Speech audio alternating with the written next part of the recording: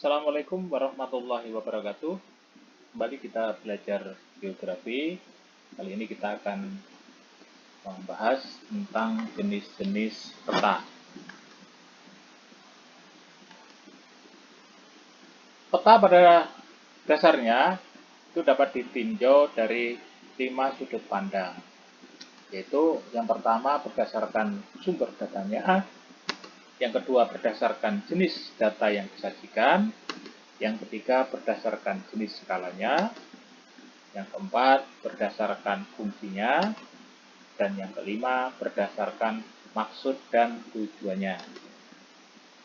Baik, kita awali dengan yang pertama, klasifikasi peta berdasarkan sumber datanya. Nanti dibagi menjadi dua. Yang pertama ada peta induk atau basic map. Ini adalah peta yang dihasilkan dari survei langsung di lapangan, yang nantinya dijadikan sebagai acuan dalam pembuatan peta lainnya. Nah, seperti ini, contohnya adalah peta rupa untuk muka bumi. Yang kedua adalah peta turunan atau derived map, yaitu peta yang dibuat atau diturunkan berdasarkan acuan peta yang sudah ada, sehingga survei langsung ke lapangan tidak diperlukan lagi.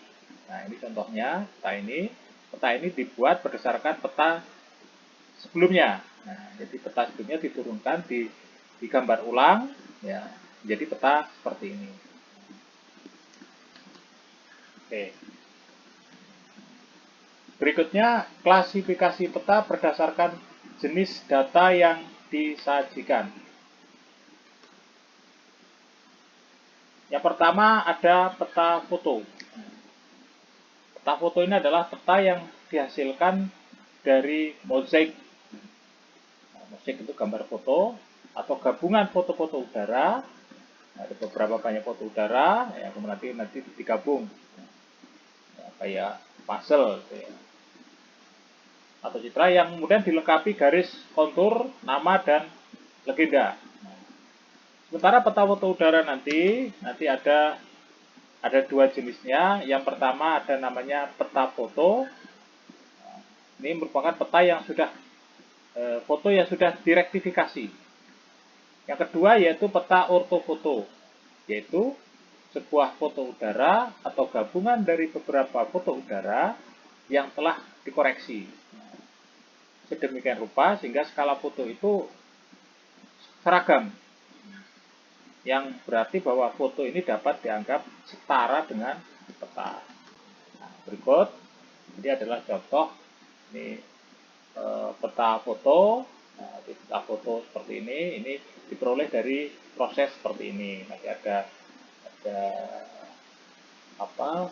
gambar khusus, peta khusus jalan saja, kemudian ada gambar peta khusus land use-nya atau bentuk permukaannya, permukaan buminya, kemudian ada batas-batas wilayah, atau administrasi area, kemudian ada wilayah perairannya, ada sungai, danau, dan lain sebagainya, kemudian ada ketinggian dan sebagainya. Nah, ini kemudian disatukan, jadikan satu, dan nanti akan membentuk seperti ini. Nah, ditumpuk, nanti akan jadi seperti ini gambar fotonya. Yang kedua adalah peta ortofoto. Nah, ini adalah merupakan peta yang sudah foto yang sudah jadi, dan ini bisa digunakan, dan ini sudah termasuk golongan peta dan sudah dianggap sebagai peta walaupun ini berupa foto. Yang kedua yaitu peta garis. Ini klasifikasi peta yang kedua berdasarkan jenisnya yang kedua, ini yaitu peta garis. Ini adalah peta yang menyajikan detail alam dan buatan manusia dalam bentuk titik, garis, dan luasan. Peta ini nanti dibedakan menjadi dua. Ada peta umum, yaitu peta yang menggambarkan seluruh penampakan di permukaan bumi, seperti ini, baik keadaan alam, ya, seperti sungai, danau, laut, unsur-unsur sosial budaya, ya, seperti jalan, rel kereta api, sawah, rumah, dan lain sebagainya. Yang kedua yaitu peta khusus atau disebut dengan peta tematik, yaitu peta yang berisi data khusus yang menggambarkan suatu tema atau beberapa aspek dari gejala kehidupan bumi. Jadi peta ini hanya menampilkan tema-tema khusus. Nah, kebetulan peta ini adalah peta persebaran sumber daya alam di Provinsi Lampung, di Sumatera. Sumatera ini beberapa titik-titik tempat potensi sumber daya alam di Provinsi Lampung. Oke, berikutnya yaitu peta umum. Peta umum ini dibedakan menjadi 3 kelompok utama. Yang pertama ada namanya peta dunia. Ini adalah peta yang berfungsi memberikan informasi tentang bentuk dan letak wilayah setiap negara di dunia. Yang kedua ada peta korografi. Ini adalah peta yang menggambarkan seluruh atau sebagian permukaan bumi yang bercorak umum dan berskala kecil. Dan yang ketiga yaitu peta topografi. Adalah peta yang menggambarkan permukaan bumi dan reliefnya serta dilengkapi pola aliran sungai, morfologi, serta objek buatan manusia. Nah, ini contoh peta dunia seperti ini, menggambarkan wilayah di seluruh muka bumi, ya, baik wilayah perairan maupun perairan laut maupun darat, benua ataupun negara-negara, pulau-pulau kecil dan lain sebagainya. Ini namanya peta dunia, di seluruh wilayah di muka bumi. Nah, ini adalah contoh peta korografi, ya, yang peta yang menggambarkan penampakan secara umum di suatu wilayah atau sebagian untuk muka bumi. Kebetulan ini adalah wilayah Indonesia. Dan ini adalah peta topografi. Ini peta yang menggambarkan ketinggian suatu tempat atau wilayah. Ini adalah yang bagian sini adalah puncak ketinggian. Ya, semakin sini semakin rendah. Ini lereng semuanya. Nah, kita dari samping nanti seperti ini bentuknya. Nah, dari atas tampak seperti ini. Ini namanya peta topografi. Dan minimal demikian. Nah, di sini ketinggian 3.500. Oke. Berikutnya klasifikasi peta berdasarkan jenis skalanya. Nanti ada 3. Ada peta skala besar, yaitu peta yang berskala antara 1 sampai 10.000 sampai dengan 1:500. Peta ini bisa digunakan untuk keperluan perencanaan sipil, jaringan listrik ataupun telepon, jaringan PDAM atau tata guna lahan, ataupun untuk sertifikat tanah atau pendaftaran tanah. Kedua adalah peta skala sedang. Itu merupakan peta yang berskala ini. Skala antara 1:250.000 sampai 1:25.000. Nah, peta ini digunakan untuk pemetaan dasar topografi nasional. Dan yang ketiga, ini adalah peta skala kecil, yaitu peta dengan ukuran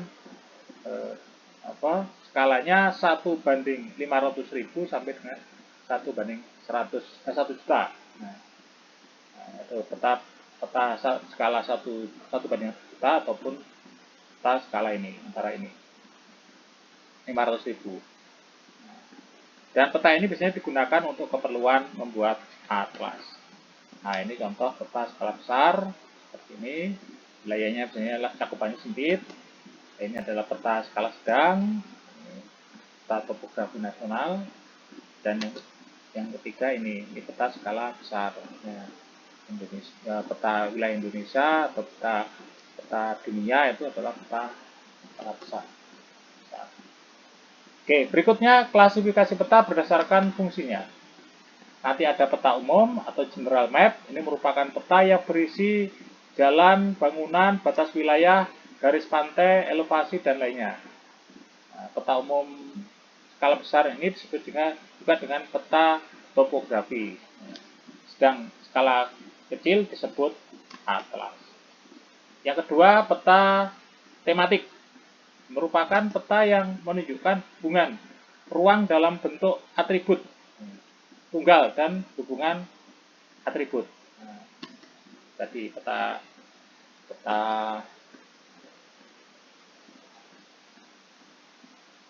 persebaran sumber daya alam, itu peta iklim, peta tanah, dan lain sebagainya. Yang ketiga yaitu CAD. Ini merupakan peta yang didesain untuk keperluan navigasi atau nautical. Peta biasanya adalah peta kelautan yang ekuivalen dengan peta topografi. Itu disebut dengan bathymetric.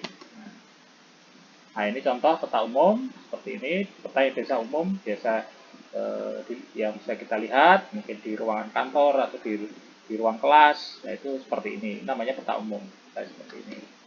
Nah, ini peta tematik, ini peta kepadatan penduduk. Nah, peta ini hanya menampilkan wilayah-wilayah yang memiliki tingkat kepadatan penduduk. Nah, ini gambarkan di warna coklat tua ini adalah penduduknya lebih padat dibandingkan dengan yang warna coklat ini.